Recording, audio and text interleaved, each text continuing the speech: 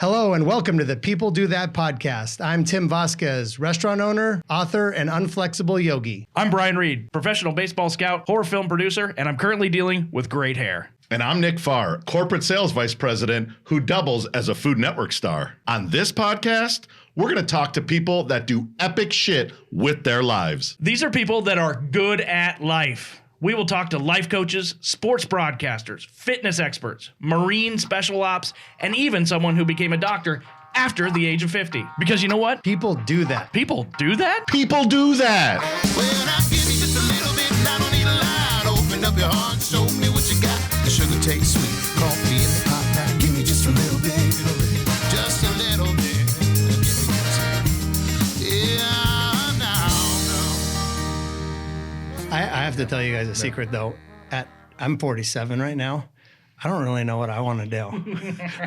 I'm not equipped. You want to do a podcast? Let's do a podcast. I want to do a podcast. Should we start one? Yeah, that's That'd a be great fun. idea. I don't know. It's only 3 minutes. I feel like we didn't get it out of you of what you really want to do. You can't say, I don't know what I want to do and then just move on. Do you know? Do you know now? No. No. There you Oh, go. no. I mean, you're doing a lot, Nick. I mean, you've helped a lot of people. I mean, there's a time where you were giving pitching lessons. I think we joked about what your phone message would say. Press 1 yeah. for pitching lessons. Press 2 to talk about the Chicago Cubs. Yes. Press 3 for Food Network star bookings. Still, I think it's like if you just settle with this is who I am and this is what I do, I think you're selling yourself short. I don't care who it is. Right. Absolutely. Because I think that, I don't know, whatever. Do your cells regenerate every 7 years and your taste buds change and what you like changes and who you hang out with changes in some way, shape, or form, right? But Is that true? 7? Is that it? I think, love I it. don't know. Well, I can tell you hope this. so. Well, here's what I can tell you, and you'll love this. My sister's husband, Juby, right? Everyone knows Juby. Yes. He is a big fan of the 7-year rejuvenation. Rejuvenation? So don't steal the fucking thunder. God damn it. So we didn't have a 50-year-old birthday party for him. We had a 49 because it was 7 times 7. 7 times 7. And we had the rejuvenation. 7 squared. And so he's kind of like, he's a pretty smart guy. He watches a lot of videos and does a lot of reading. And I think that taste buds thing is a thing. So I don't know. I think what you do is an evolution. And I think the older that I get, I want to do the things that make me happy. And I think it's a generational thing. You think about our dads. You start a career and you just do that until you don't want to work anymore. Where I feel like our generation is a little bit more age of enlightenment. It's like, wait, I don't know if I want to do this anymore. Yeah. And it's okay to change. You're not just going to grin and bear it like our parents did. You're going to go, there's going to be someone else who's going to treat me differently. So what is that balance between being loyal and job hopping around, right? There's got to be a balance. It reminds me of one of my favorite lines from Wayne's World. Let's just say I have a lot of hairnets and name tags. Yeah. There's a lot of these generations, they have a lot of the hairnets and name tags. So. You wonder what that's going to do with relationships when marriages get hard, because they do. Yeah. And it's like, you know what? 2 years, it's not really working for me anymore. Yeah. Mm-hmm. My cells changed. So I rejuvenated. So It's the 7-year itch. Yep. And that makes more sense that's now. it. Is that where that That's what comes it's called. from? We got to look that up. Kaden's fact checking us right now. Yeah. We should be asking him a lot more questions. Speaking of the Okay. 7-year itch, I have a rash. If somebody could look at it for me real I quick. got you. Press 2-3 for Dr. Nick. All right, should we bring our guests on? Well, speaking of someone who's been doing something for 30 years, our guest has been on the radio for 30 years. Let's go get his ass in here, Mr. Dave Burns.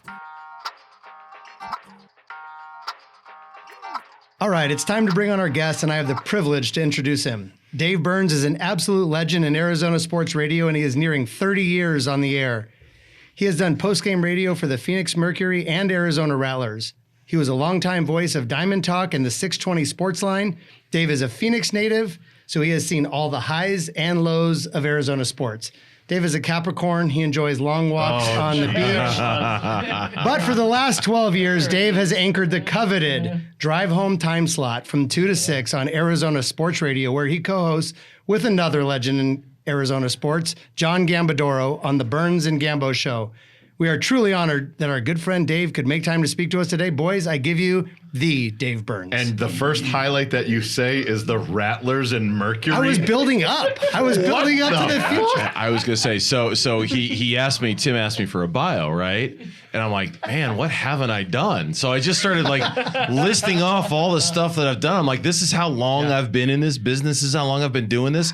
I can remember doing Phoenix Mercury postgame shows. I can do Arizona Rattler postgame. This goes back to like 1998, 1999 when I was. I've done other stuff other than that, but that just goes. I'm just like painting this big picture of all the crap that I've done throughout all the years. How does that impressive? It is. I mean, I listen to you all the time, but I remember the post game for Diamondback shows. No, Oh, I did that for 10 years. okay. I remember putting it on after the game because I was pissed off that they did or didn't do something to hear what people were saying. I might even. Did you call in? I might have called in a few my times. God. If there's any way to go find that shit, because I was fired up a few times. Nick on a mobile. Nick, what's on your mind? God damn it, Dave! Hey, Dave, long-time listener, first-time caller. No, but so, Nick from Gilbert.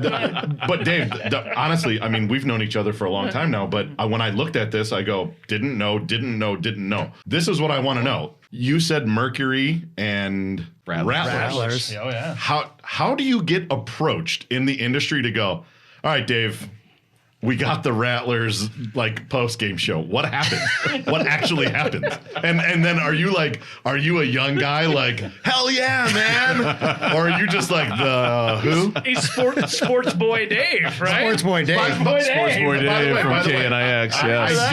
I do not want to talk shit on the Rattlers because they had a run there that was unbelievable. Sure, yeah, okay? yeah. And Dave is a 20-something-year-old or a whatever you are. What happens? How does it work? All right, so what happened was I had a program director at the time who said we've got these properties, we want them to feel the love, we want them to know that we care about them.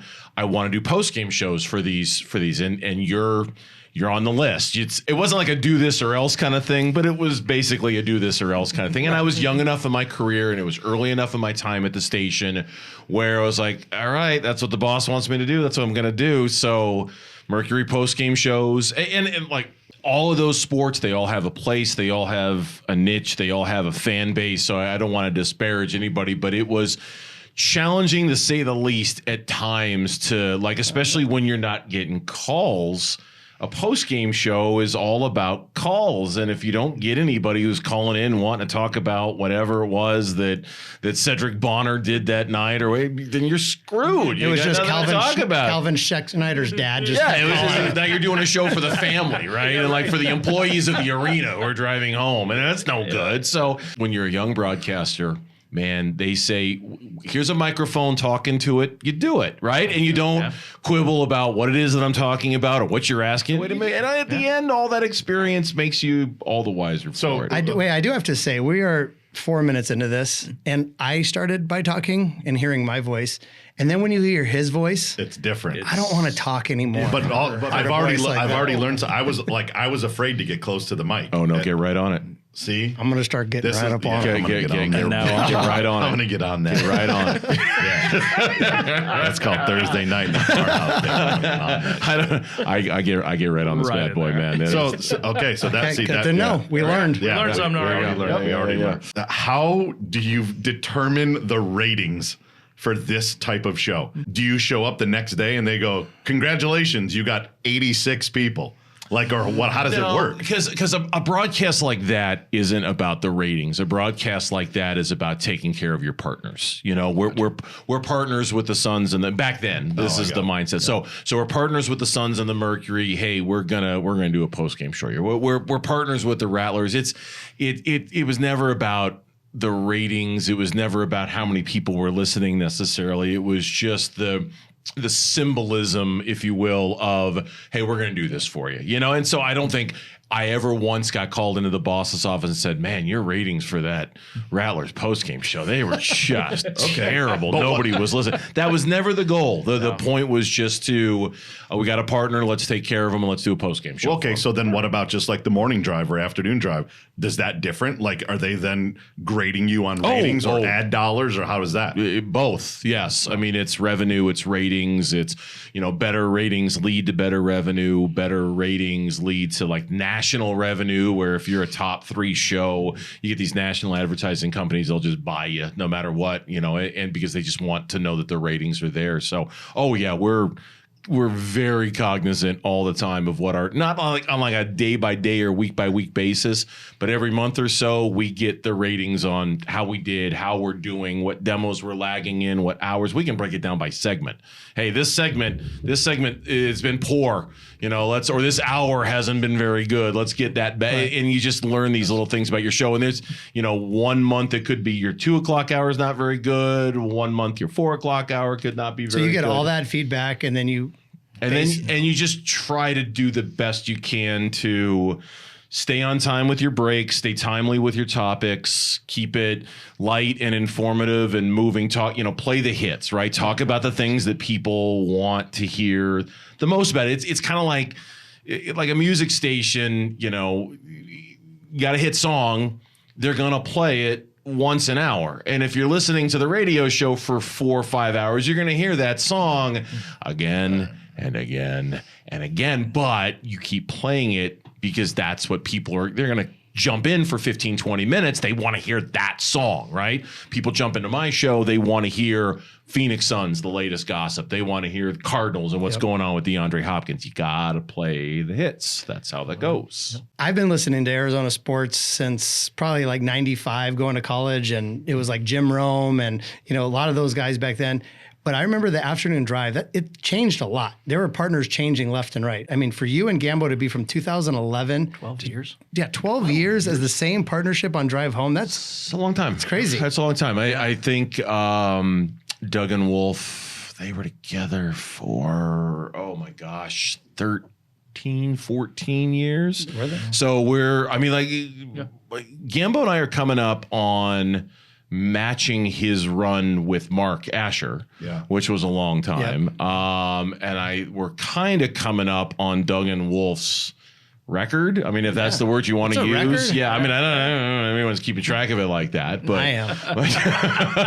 But it is to be at with a single co-host for 12 years this August, to be at a single radio station in 25 years this August, to be, this year I'm celebrating my 30th anniversary of working in Phoenix media. That's amazing. It'll be 30 years on the air a year and a half from now. So, no, not in Phoenix. I'm just in radio in general. I've been in the radio business for 30 years now. So that's incredible. It's been a run. How been about- a run.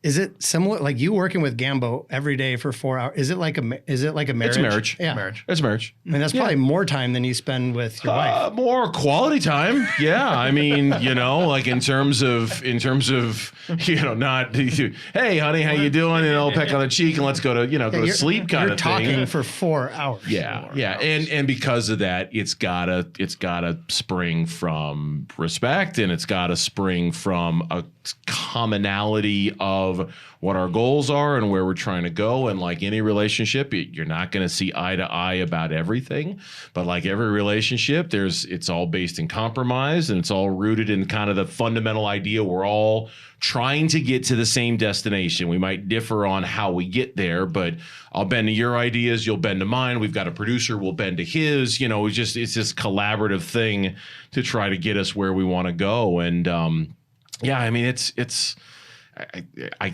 sometimes I can't believe that I've been with him as long as I have. That's what Carissa says. That's it. But it is very much a work marriage. Yeah, complimenting one another, like you do, bringing something to the table, because you've been around the three of us before, and you've been at moments where one of these guys has the floor, or all have the floor, Sure. and you'll have. I mean, they're right. It depends on the circumstance and the party, but we don't do it every day. That's got to be tough. My. Right, yeah. Oh, my. I mean, we've had a lot of conflict since we've been doing the podcast. Obviously. I mean, Yeah. in the hours I can tell. since we've been doing I it. walked in here. There's a lot of tension. It's a lot. I mean, it's like a marriage. Right. I know, It's like a seriously. three-way I just marriage. need everyone to step back, count to 10, deep breathe, and let's calm down. Yeah, we knew it was doomed for failure when Tim was like, "I have all of these pages of notes. Nick, what do you have?" And I go, Nothing. Perfect. I got me. nothing. I got me, and let's go. I got me. You're the talent. I told you show up. We'll have pizza. Exactly. But you know, like any your marriage, role. it's just it's like you compliment each. Like I understand why Gambo and I fit so well together. I mean, I really do. We are very, very different. You know, very different. He's the brash New Yorker who's, you know, not tremendously educated, but is street smart. And I'm the semi-educated, kind of intellectual, you know, let's think about this from a kind of common sense and it meshes really, really well because it's so distinct. It's so different, but we always make sure we each have a platform to say whatever it is that we have to think. And that's what makes it work, like any good relationship, like any good marriage. You know, 4 hours doing a radio show that's a long, it doesn't sound like a long, it's a long time, right? Like it's every single day. And so a lot of times you're trying something different just to keep it fresh in your own mind, you know, just to give yourself that little bit of extra flavor or a different taste. It's a different muscle. You're exactly, right? exercising a Yeah, different because a muscle. lot of times you can just fall into the same routine of we do it this way and we do it this way, wash, rinse, repeat, wash, rinse, repeat. You add something new to the mix and it gives you a different kind of dynamic that you got to think about, so you're using different muscles when you're doing it. What is that? How do you add it? What's the I mean, I listen to you and I know that there's segments, right? And we're talking about the Cardinals or we're talking about this or what's on tap or, you know, straight up 2:00. Like I know that you guys have all of your things. What does the creative process look like? Are you bringing new ideas every week, every month, or how does that look? No, certainly not every week. I would say it's maybe every couple of months where we say, hey, let's try this. You know, it's not, because a lot of times you don't really get instant feedback on the ratings, you know? So you have to it's sort of a delayed sort of, so if the ratings come back and they're just, so, they're okay, you'll go through a month or two of that and kind of ride out the wave. And if you get to the end of that and the ratings are still kind of so, then you start thinking in your mind, okay, let's try this, let's try that, let's do this way. I wouldn't even say it's a weekly thing. It's not even really a monthly thing. It's just sort of in case of emergency, break glass kind of thing. You know, like, hey, things are going along great. Let's not change a thing. If that gets interrupted by not going great, then you start looking at doing some things a little different to kind of mix it up. Whose job is it to say, try something new? Do you? Is it a team? Like you have your producer, you, Gambo? Yeah, it's everybody's job. I mean, it's my job. It's our producer Mitch's job. It's our program director's job. It's at the end of the day, everybody's got a responsibility. Now, you know, if they wanted to mandate something different, well, that comes from above me. That's the program director, whatever. But at the end of the day, we're all there to bring ideas to the table. And usually we're all pretty open-minded to, okay, let's try it. Let's just see. Let's see how that feels. Let's try it on for fit and just see how it goes. So like the seasonal aspect of it, I mean, is there a time you get more excited for it? I mean, I know you and I are baseball guys. We talk about baseball. But I know you're a Suns guy, and we've talked about that too. This is a Suns town. It's almost like you've got these events coming up and you know, like right now, it's kind of slow until NBA free agency is going to start in the draft, because that's when things are going to start to move for the Phoenix Suns. So right now we're kind of in a little bit of a lull. It'll pick up around mid-June, because around mid-June, then the rumors about what the Suns are going to do is they're really going to kick in. You know, we'll get a coach here soon. That'll be news in the next week or two whenever they announce that.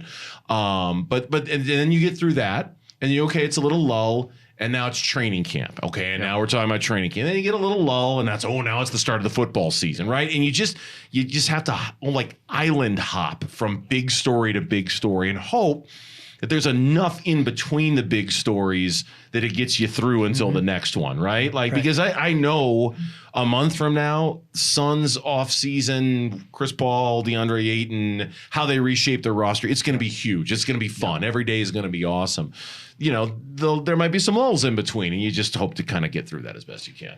I always marvel that, like, I don't know why I pictured Jay Leno, but like when you have a job that you have to do it every day and you have to be on, like some days I go to work, we all go to work, and it's like, I don't really feel like doing this today, but you have to do it. And lots and lots and lots of people are listening to you every day. Like, how do you get through a day where you're just like, Or do you not ever feel like that? Oh no, I do feel like Okay. I don't have it today, Skip. No, I Said differently, Dave. Are you not a human? Where's Sarah Cazell today? Is Sarah busy from 2 to 6? I'm going to give you 5. Luke Lipinski. Luke Lipinski. Hey, Skip, I'm sorry, man. I got about 90 minutes of conversation in me, and that's it.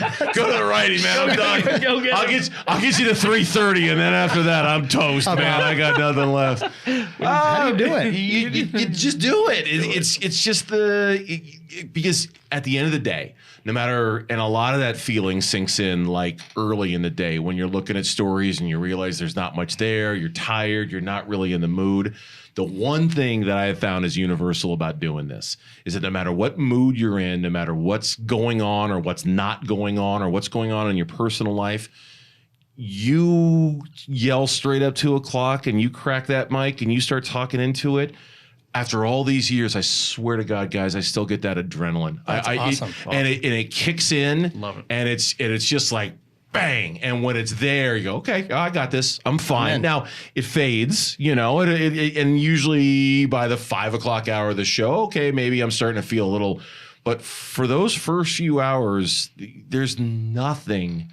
And that's the whole reason why I got into this. There's just nothing that replaces the fun and the adrenaline and the push that you get from this. Or I'm talking into this, this hunk of metal thing here that we got here, right? You never have you ever thought to yourself like, I cannot sustain this level of dopamine and adrenaline that gets shot into my body 5 days a week. Like on Saturday or Sunday, are you ever just like, fuck all of this? And you just like fall down on your floors? Okay. So honestly, the best person to answer that question would be the decision maker, my wife. Yes. Because like we've got this long-standing rule. I mean, it's got to be, if we're doing something on a Friday night, it's got to be the most important, can't miss, can't say no kind of event, because on Friday night, all I want to do is go home and I want to pour a cocktail and I want to sit on the couch and I want to turn the brain off because my brain's just done, right? I'm cooked, I'm done.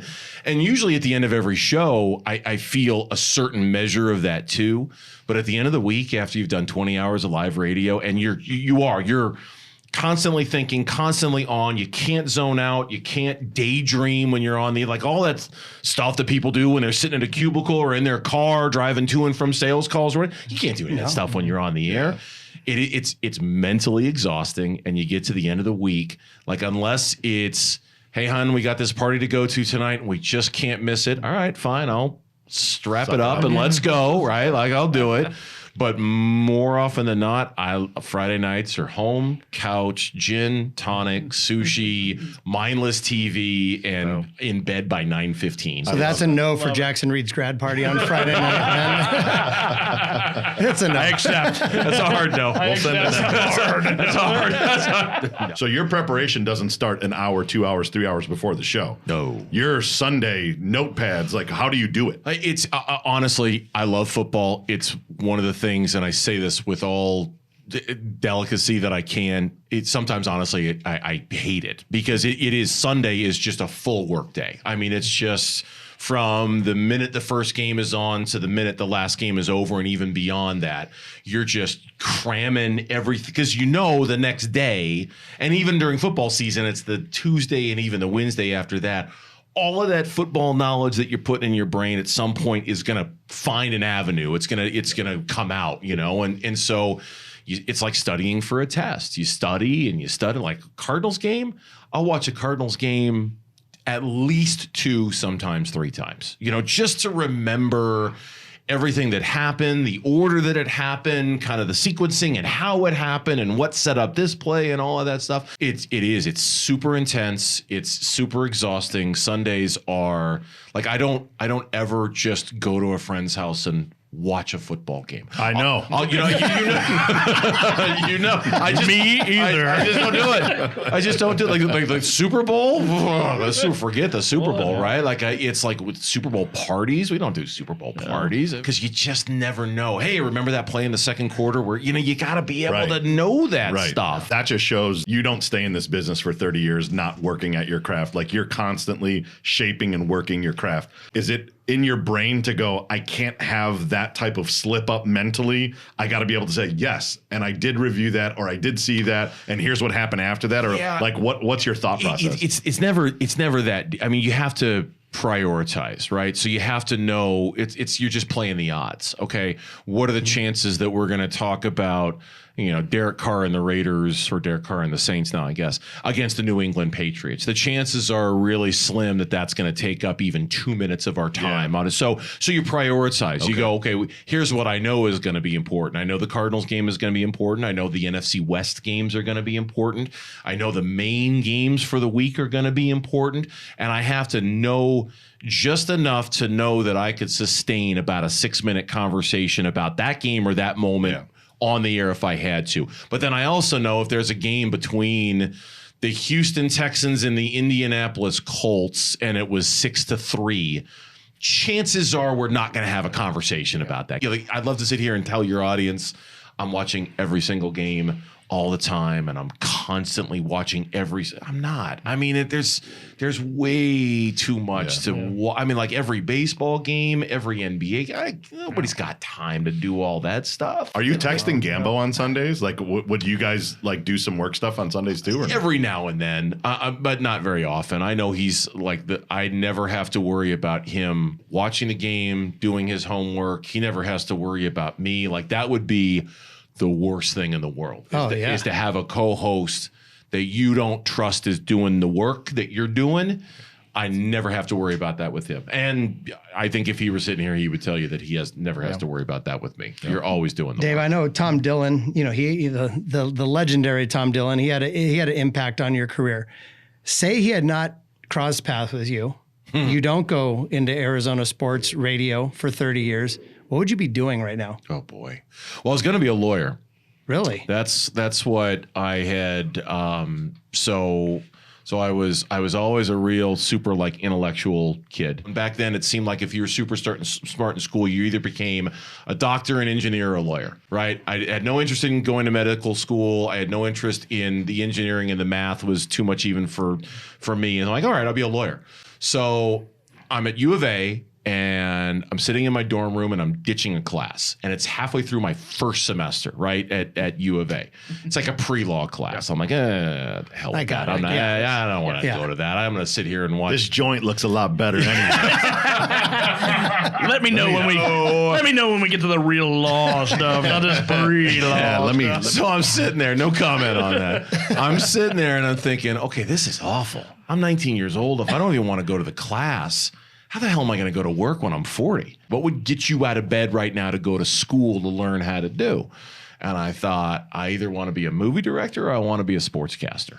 Wow. And I did know this. We've had this conversation. We've had this conversation. Yeah, right. Because Brian and I have a shared. We have shared love of baseball, of cinema. And again, he's already told you he's intellectual, right? So he sees good movies. Yeah, I make bad ones.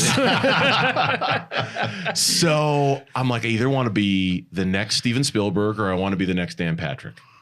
And I thought the path to being the next Dan Patrick is probably a little bit easier, so I'll do that. So I called my dad that night, and he's like, "You're going to do what?" I'm like, "Yeah, I'm going to change my major to be a broadcaster." "I'm paying for you to be a what?" And eventually he came on board with his support, and then he called me later and said, "Hey, I was talking with Tom Dillon, and he says if you want to be a sportscaster, you should go to NAU." Long story short, which is too late at this point, I have no idea what I'd be doing if I wasn't doing like this. Once I got this in my head that this is what I want to do. And I'll tell you, the other moment that happened was after I transferred to NAU. I didn't know a soul there. I transferred up there. I had like one friend at the whole school. I didn't know anybody who went to NAU. I was walking through the student union, and they had a sign-up sheet for tryouts for the campus TV station. Like, hey, come audition for the campus TV station. Oh, yeah, that's what I'm here for. So, I'm broadcast journalism major. Okay, I'll show up. So I show up, and it's just you sit behind the desk and you do the old broadcast news thing where you sit on your blade. Do you remember that movie, Broadcast News? Yeah, where like he teaches William Hurt to sit on his blazer and it makes the jacket look better. And I sit there And I read the prompter and the camera's on me. And tonight in the news, 5 people were left homeless when flooding in Sedona. And I read whatever was on the prompter, and the director thanked me, and I walked out. And I was on my way out the door.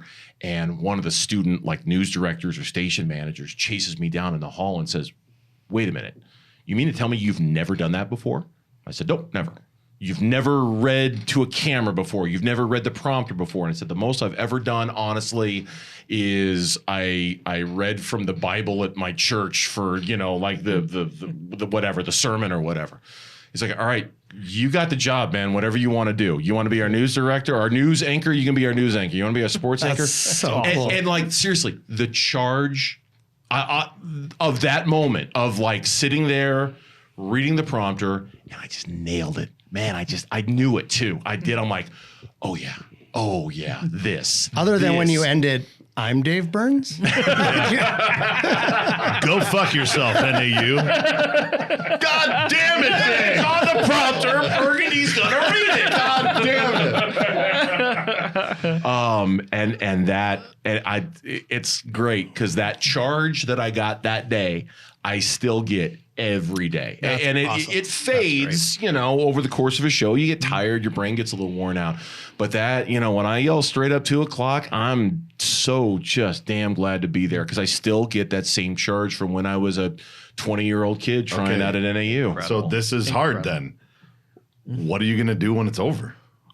How are you going to You can do this job for a long time. How are you going to supplement that charge, that adrenaline, that dopamine, that feeling? Are you going Dave 3.0? What do you got? Yeah, Dave, what is gonna- the, what Dave- 1.0 was That's the our- wannabe lawyer. That's our childhood, right? 1.0, right? 2.0. I don't know. What are you making up now? What are we at? 2.0 Where are making we up right is now? what you've done for the last 30 years. Right. So what's Dave 3.0? Dave when it's- 3.0. Because how do you get the feeling? I don't think I'll get. I don't know if I'll find anything that gives me that feeling. I really don't. I mean, I really enjoy writing. I wish I wrote more. I think our website would enjoy it if I wrote more. It's just sometimes it's hard to find but that doesn't give you the same charge. That doesn't give you the same, juice. I mean, honestly, I hope to stay at the station as long as they'll have me, I would like to be there. But trying to figure out what replaces that jolt, I have no idea. So maybe it's 4.0 then. What is retirement date? Do you think, let me ask it this way. Do you think that you're going to have to go seek that in some other thing, right? Whether that be charity work or coaching work. Okay. I think what it's going to be, I don't know if I can get paid to do it. All right. But I know what I get a charge of now when I'm not on the air is anything that involves climbing a mountain, being outdoors, hiking, kayaking down a river. I mean, going to the top of Angel's Landing at Zion, doing a rim to rim of the Grand Canyon, right? Like that stuff. I think about that stuff and I get really excited. Like that's the kind of stuff to me that if I'm looking for that adrenaline charge, now can I make any money doing that? Probably not. But can I fill that void of what is it that gives me that kind of charge and that excitement? Oh yeah. It's stuff like, I love stuff like that. Let me ask you then, being a father, how did you balance that and how is it different now with the kids being older, out of the house? Was that a challenge? I mean, trying Jake to make it was to playing Jake's ball, yeah. Yeah, trying to make it to Jake's game, but God, the Suns are on later. I gotta watch that. It's funny when Jake was in, and you guys, you all know Jake. We were there. Coached them all. You were all there. You all saw it. It was when they moved us. We were on middays. Gambo and I were, and when they moved us to afternoon drive, it was a promotion. And I was actually so depressed by that promotion, I actually sought therapy. I actually went to a therapist that kind of helped me get through that because I couldn't go to any of his games. I had to take vacation days to go watch him play. I distinctly remember times where I would take a day off to go watch him play, and I'd be walking up to the field, and they'd be announcing the starting lineup over the PA system, and his name wasn't in it. And I thought, I took a day off. And he's not starting today. And I would just sit there in the stands and I'd rock back and forth. And I was just so unhappy. It was so bad. And so you prioritize. I prioritize taking days off to go watch him play, prioritize taking days off to be around them. In some ways, honestly, I really miss them being around because I miss my kids, but I also think I didn't work as hard when they were around because you were kind of forced to, I got to create space for my kids. I got to create space to go see Sam play volleyball or Jake play baseball or go to this or go to that.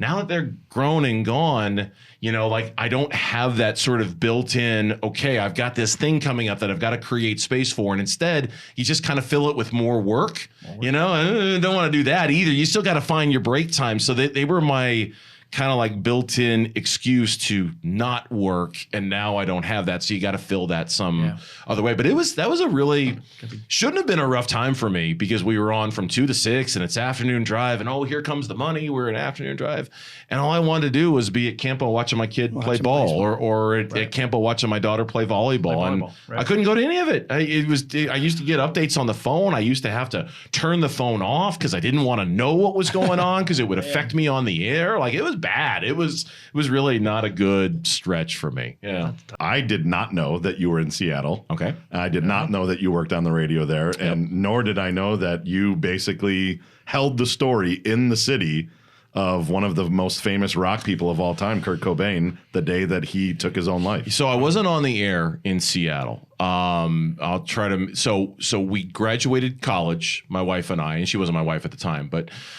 we had visited my father in Seattle in the summer of '93 because he had just taken a job up there. And it was the 1 week of the year where the sun came out in Seattle. And we're like, oh my God, this place is extraordinary. Why are we not living here in Seattle? It's awesome. So long story short, we moved to Seattle.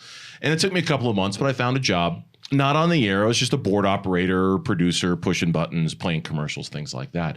But I was working for the top news radio station in Seattle at the time. And this is like 93 peak grunge. I mean, this is singles that just hair. came out, right? Like, seriously. Pearl Jam had just come out. Nirvana had Soundgarden. It was the center of everything, right? So I'm not on the air, but I'm one of their better off the air producers. So it's my day off. I can't remember what I was doing. Probably going to the movies, I think. And I called. I don't remember how it happened, but I think I called and checked the messages at home on the old answering machine. And there was a message from our news director. Hey, we're putting in a call to all Cairo employees. Today is probably one of the busiest news days in the history of Seattle. Kurt Cobain has taken his own life. If you're able to hear this message, please come to work. I don't know what you're going to do when you get here. We'll pay you overtime, but it's all hands on deck. This is the biggest story that we've ever had in this region in years. Since Mount St. Helens erupted. They were literally comparing Kurt Cobain's suicide to the eruption of Mount St. Helens.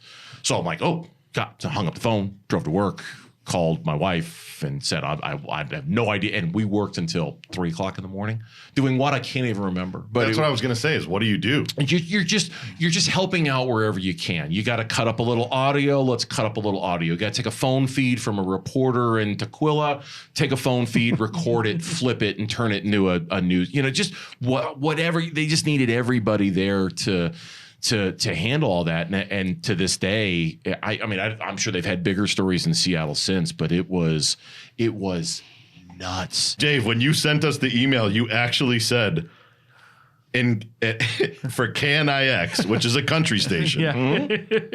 They called you Sports Boy Dave. Sports Boy Dave. For 3.5 years. 3.5 years. How's Sports Boy Dave? I'm going on 20 years. I've been calling him Sports Boy Dave. Wait, did you know that back then? My short-lived country western phase and listening to KNIX, I remember Sports Boy Dave. I didn't know it was him at the time. Do you really? I really do remember. Really? Yeah. What? Yeah. Wow. I mean, I've I hate to say it, but I'm an XM radio guy now. So I mean, I don't listen to the normal radio, the local radio. No, but that's fine. Yeah, So did someone at KNIX have like an eye for you or something? Or- Sports boy Dave. like Pool boy Dave was taken. Cowboy. We're gonna bring Steven in now. Ooh, look at Sports Boy Dave. So it's the mid 90s. We leave Seattle. We come back here. And at this point, I'd been sending out some tapes trying to get an on-air job. And the program director for KNIX calls me. Now, at this time, KNIX, I mean, they're still big. They're still a huge radio station. But at this time, they were pulling in numbers that you can only dream about now in radio. Like, it was insane, the numbers they were getting. And they were still locally owned, not corporately owned. So it was truly an extraordinary place to work. They were making so much money as a radio station back then. This is, again, 95. They were making so much money as a radio station that their ratings, their instant feedback was telling them, we do really well with women, we do very poor with men. What do we do to do better with men? Let's hire a sports guy and let's put him on in the mornings and let's try to beef up our morning show with a little bit of testosterone, a little bit of sports, And then call him Sports Boy Dave. That just shouts testosterone to me. Yeah, that was what, because then it morphed into this thing where not only was I doing the morning sports report, but then I was the guy who was out on remote.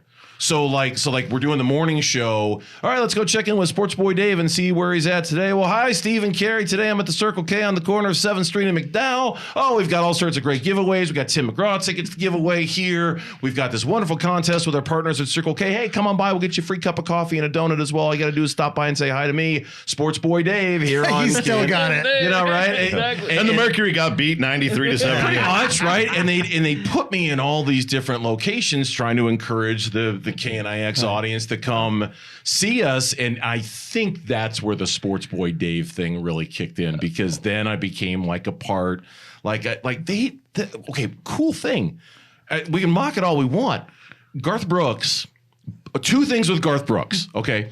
One, they actually sent me to New York to cover his concert in Central Park.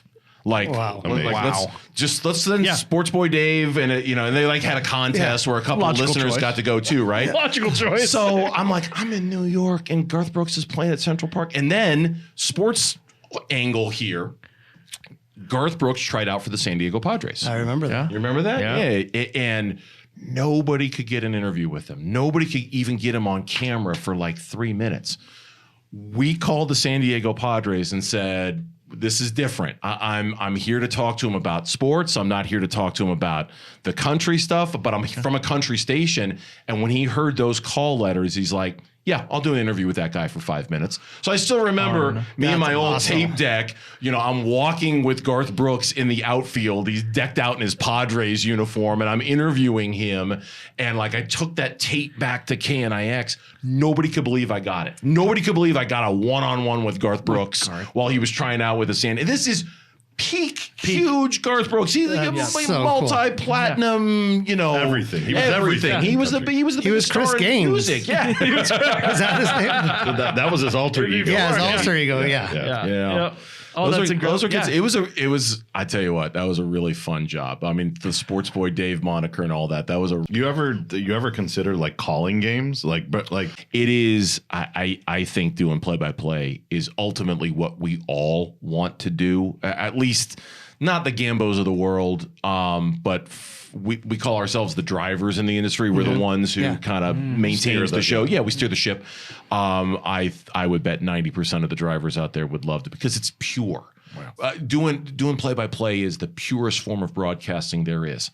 I'm seeing action. I'm describing action. I'm painting a picture for the people who can't see it. Al McCoy, when he signed off for good a couple weeks ago, cited all of the sightless people that he's been able to describe the action for throughout his years, right? And that is, to me, the absolute purest form of broadcasting. And I tell you, Nick, it is hard as hell. what you see and how you describe it, it's got to be seamless. You can't. There's no time to process anything. You're just read, react, see, describe, and it's a lot harder than it looks. There was a while there where I was trying to be a baseball play-by-play announcer, and I would take my recording deck and I'd go sit in the very top row at Chase Field, and I'd call an inning, and then I'd call 2, and I'd call 3, and after a while, I thought I had a decent tape, and I gave somebody to listen to. They're like, yeah, no, this is not really. But even like to do a girls' high school game that you need, especially to do it by yourself, you need stories about them and stats and what they did last year and where they grew up. Where were you to tell 22-year-old version of myself this? Because I didn't know any of that stuff. I thought I could just show up and do it. But do you feel like someone that's young, that's coming into this business, whether it be radio, filling up 5 hours, whatever it is, do they have to constantly have the next story on their brain? Like when you said it's fast paced, you never get a chance to think. Do you always have to be 2, 3, 5 steps ahead? Yeah. I mean, I certainly when I'm doing a show with Gambo, I'm thinking about, okay, he's talking, but where am I going to take this next? Yeah. And where do I want to go after that? And then we've got a commercial break coming up in 5 minutes, and now I got to look to see what I'm teasing for the next segment. I got to make sure the tease. Yet you're always thinking, and to your point about the silence, that's something that as a young broadcaster you learn over the course of the years, that silence can play a very important role in how you tell a story on the air. Yeah. I mean, sometimes it really is. It's like almost like comedic timing, right? Like you've got to know when to pause, know when to take a breath, know when to let the crowd tell the story for you so you don't have to. And I do think that baseball play-by-play announcers, they have it harder because they do have a lot of dead space to fill. But I also think as a talk show host, it's probably the most natural extension of what I do. Yeah. Because you do have a lot of time to fill, and it's more storytelling, and it's more anecdotal, and you kind of need more material and more topics than a basketball game, which is what they were asking me to do, is just bang, bang, bang. You don't have time for any of that stuff. You're just reading and reacting and all that stuff. I think Jim Grieshopper gave you great advice, because when Camden was playing in Alaska, their play-by-play announcer was awesome, young kid. And I texted Dave Burns, and I'm like, this kid is like really, really good, really talented. Mm-hmm. What advice do you have for him? And it was almost like deflating a little bit. It was almost like there's only 30 of those jobs in the country. Like, yeah. And you could call games, like you said, in a small town in Iowa or whatever, but the job that you want, there's 30 of those. Yeah. Right. And by the way, of the 30 guys that do it, their sons, their nephews, their look at the Carey family. Harry Carey, Skip Carey, Chip Carey, the Brennemans, Marty and Tom, and this is the Bucks, right? Yeah. These are lineage type of jobs. You just don't walk in and get these jobs. No, you don't. Is that why I'm not playing shortstop for the Cubs? That's correct. Is that what happened? That's correct. I think that's it. It's probably because you have sausage fingers. Let me see. Oh, you do? Oh my God, dude! You never realized he had sausage fingers? Whoa! Look at those. Look at transitioning. Those Dave, you never. Same size as Mike Leake. Same size as Mike Leake. We went to the draft process. That boy could manipulate the baseball. Really? With hands like that? Unbelievable. Dave, you've never heard us talk about this before? Oh, his sausage hand? Yeah, probably have, but I've never really looked at them. They are, I think one of the times swollen. in my we talked about who we would eat first. Yeah, we did. And I definitely it's a whole live thing. If we're going down in the Andes, I'm gonna gnaw on Brian Reid's fingers. No, we could braise these. We could braise these. Nick went through the whole thing. And when he saw Brian's his foot was just Nick's like, it's so meaty. And it is a we've gone to a wrong place. Yeah, you can't see his foot right now. If you could do take that shoe off. Just slather it up with some Southside sauce. I'm not gonna tease you with a shoe. Thank God for closed-toed shoes, man. Lord. Thank God for closed-toed shoes. Especially on planes, if we were going to go into a different topic. Yeah, that'd be nice. Really. Just wear shoes. Honestly, just wear shoes on a plane. Nobody ever should wear open-toed shoes on a plane. Or kick and just let them dogs out. Some people just fucking float them dogs out. Just nasty. That's absolutely nasty. Traveling, that's a whole nother topic. And just while we're on it, when the plane gets there, get off it.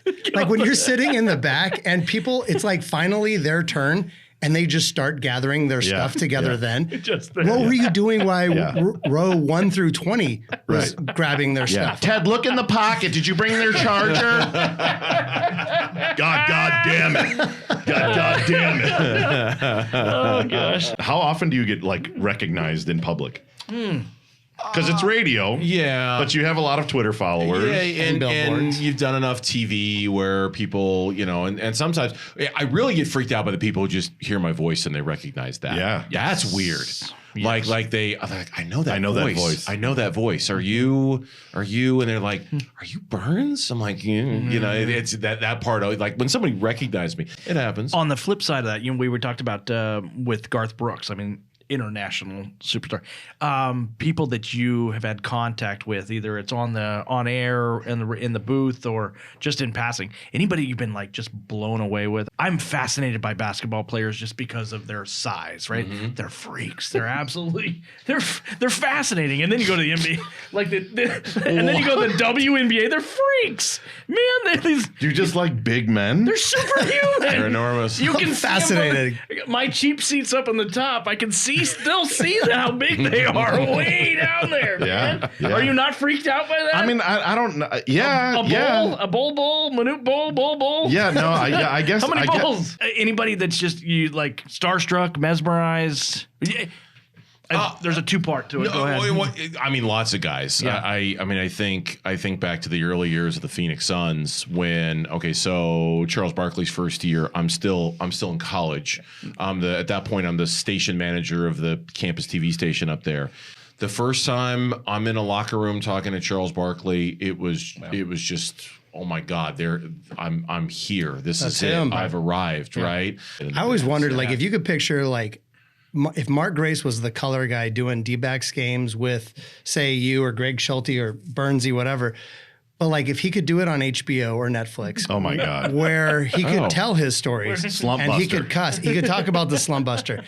I mean, what would the ratings like? Unbelievable. I mean, that would be incredible. It would be. Well, it reminds me of when during the pandemic when they had The Last Dance and they had the PG rated version and they had the R rated version. Yeah. And I was of the mindset they should do all sports like this. Right. Give me an R rated version. I'll watch it.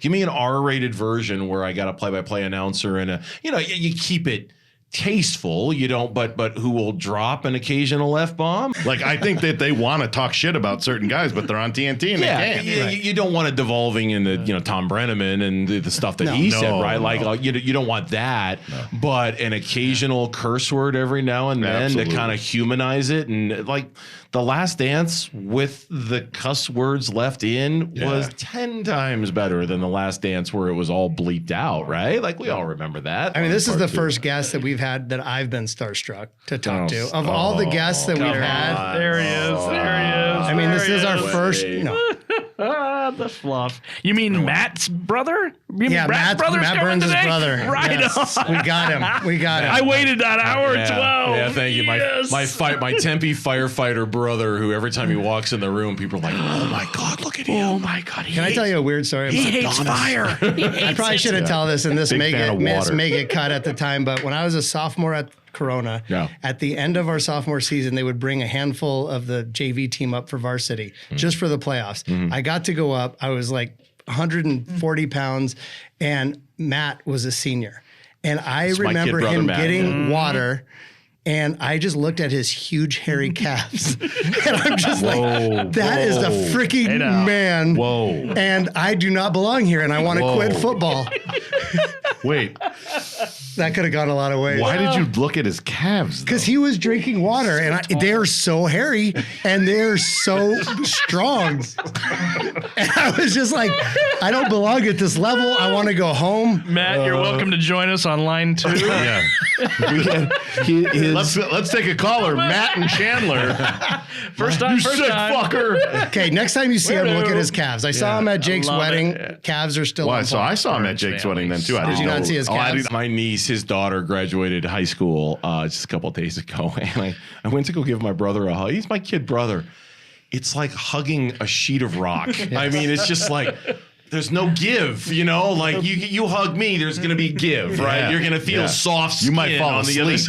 side. If you hug me, you might fall asleep. Exactly. It's like a body I'm pillow. a fucking That was nice. I want another one of those. dude. I'm one of those love sacks at the fucking mall. Hey, you hug my brother. It's like hugging this wall right here. It's like, damn, there's no give here. Like if you walked into a room and you said, guess my profession, you're a firefighter. He just has, right? I mean, all he's missing is honestly the handlebar mustache. And other than that, he's big, he's strapping. But if the shit goes down, that's who you want on the call. oh yeah. Yeah. Totally. I want him pulling me out of a. Yeah, I'm running away like a bitch, and he's running. I'm like completely running running in. away like a Yeah, bitch, yeah, and he's yeah. running into there. Totally. All right, boys, let's wrap this up. Bernsey, thank you so much. My That was pleasure, guys. incredible. Anytime. This was So fun. An hour 17, and it felt like 5 minutes again. Yeah, awesome. Good. All right. Yeah, happy to do it anytime, guys. Thanks, Bernsey. That was awesome. Thanks, Dave. So Dave's awesome. Everybody like Bernsey? There's a lot of stories that we didn't know, No. and there's a lot more in there that we don't know. And if Dave wasn't such a classy man, I wish we could take this and just get like, I bet he has some great stories of guys he's interviewed or whatever where, you know, it's Well, we kind of didn't- gone off the rails. We didn't even talk to him about what he said to Garth Brooks. Well, that's what actually led me to asking about the starstruck. Because at a 22-year-old Brian Reid would have been starstruck by maybe a 48-year-old Brian Reid would be starstruck by Garth Brooks. But Correct. I thought it was interesting. So you are worlds. desensitized with baseball players at this point? Absolutely. But Other let DeAndre Ayton walk in, and he's Look at that man. yeah. Could you imagine the cock on that guy? Because you know that's what's happening. Look at his foot. Well, who was your guy? I mean, Fieri guy had to be on your list. Like, Oh, man. and then boom, Dude, the day that I met Guy Fieri, I was like a little bitch. he rolled the tongue for him. He went, Yeah, Guy Fieri. Guy Fieri. When you know him, you know that's how he pronounces But it. no, so I think that that it's appropriate because because I love those shows and I watch those shows constantly, and he had been he's on for 20 something years, right? But you got to tell yourself, he puts his apron on one strap at a time. That's right. Just like the rest of right. the chefs on Yeah, Food Network. he sharpens one blade of the knife at a time. One at a time. Did you call it a fan grill? Fangirl. Fan grill? Oh, did I say fangirl? I don't know if you did. might have. We might coin the phrase. Was that be called a Freudian slip? Fran- Yes, a fan You're grill. fangrilling him. That's funny. Okay, That is so funny. all right. I wish I was that witty. Okay, so that's who I'm That's a your- recent fangirl of. But what about you? I mean, I was a huge Robin Yount fan growing up, and I remember the first time he was kind of a friend of my dad, but I mean, we didn't like hang out with him. But one of the spring training games up at Compadre Stadium, I had got a foul ball. He was signing, and I went to go have him sign it, and he had like a in the park home run earlier in the game, and I just said I didn't know what to say, so I'm like, "Hey, will you sign my ball? Nice home run." And he's like, "Well, actually, the left fielder made an error," and so and he corrected me, and I beat myself up over that for weeks. Like, you idiot! I wasn't in the park home run. Wait, how old were you? Probably like 11. And you just went home and cried. Oh, I cried myself to sleep. Freaking idiot! You're so Freaking idiot! stupid. How do you not know an F9 when you see it? No, Thought about that. E9. E9. Oh, that's great. Yeah. Okay, and then what? You're Spielberg or ju- something? Well, no, just recently got to meet Joe Bob Briggs and Darcy the fangirl, or the male girl. No, Okay. No. You don't remember Joe Bob Briggs from the '90s? Joe Bob Briggs would come on and he'd introduce horror film guy, right? Late night horror film guy, right? yeah. He would announce these movies, these really bad movies. We went and saw The Brain and Brain Damage, early 80s bad movies, right? But he would, hey, this is The Brain, directed by so-and-so, filmed in Toronto, Canada. You're going to see 18 deaths. You're going to see 14 naked boobies. And and in the late 80s, early 90s, that was all you were looking for. A couple of kills, a couple of boobs, right? But wait, what was he doing? So Like, he travels the country and he's kind of a film historian to these bad, forgotten movies. These people just eat it up. They How love old it. is he? They love it. He's got to be in his 60s at this point. you but just met him? just met him on Wednesday. And I It was like how you awesome. say these people These eat it up people. while you're eating it up. This guy included.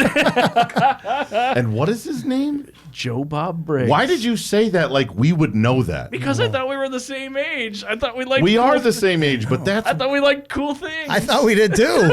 I've never. All right, so that's who you fangirled out on. Nah, that's just recently.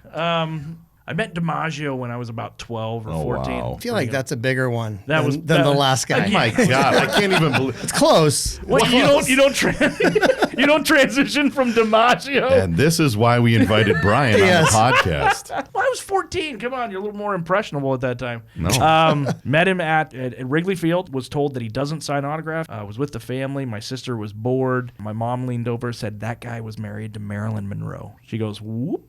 Now she knew who it was, right? Like that type of presence. Cool. Let's just go with it. That's your one. Can Yeah, we- scratch that for. No, we're still going to talk I about was gonna it. say more recently. I mean, can't you fanboy every week? Yeah. I mean, Instead of Billy Bob Thornton or whatever the guy's name was. sorry, Joe Bob. If you're listening. Sorry, Joe Bob Briggs. Yeah, Joe Bob Briggs. and Darcy. All right, let's do more You're- of these podcasts. you're an angel. This is fun. Yeah, let's do it again. And Excellent. All right, signing off. Later. Oh, now give me just a little bit, and I don't need a lot. Open up your heart, show me what you got. Sugar taste, sweet coffee. Give me just a little bit. Give me just a little bit, and I don't need a lot. Open up your heart, show me what you got. Sugar taste, sweet coffee.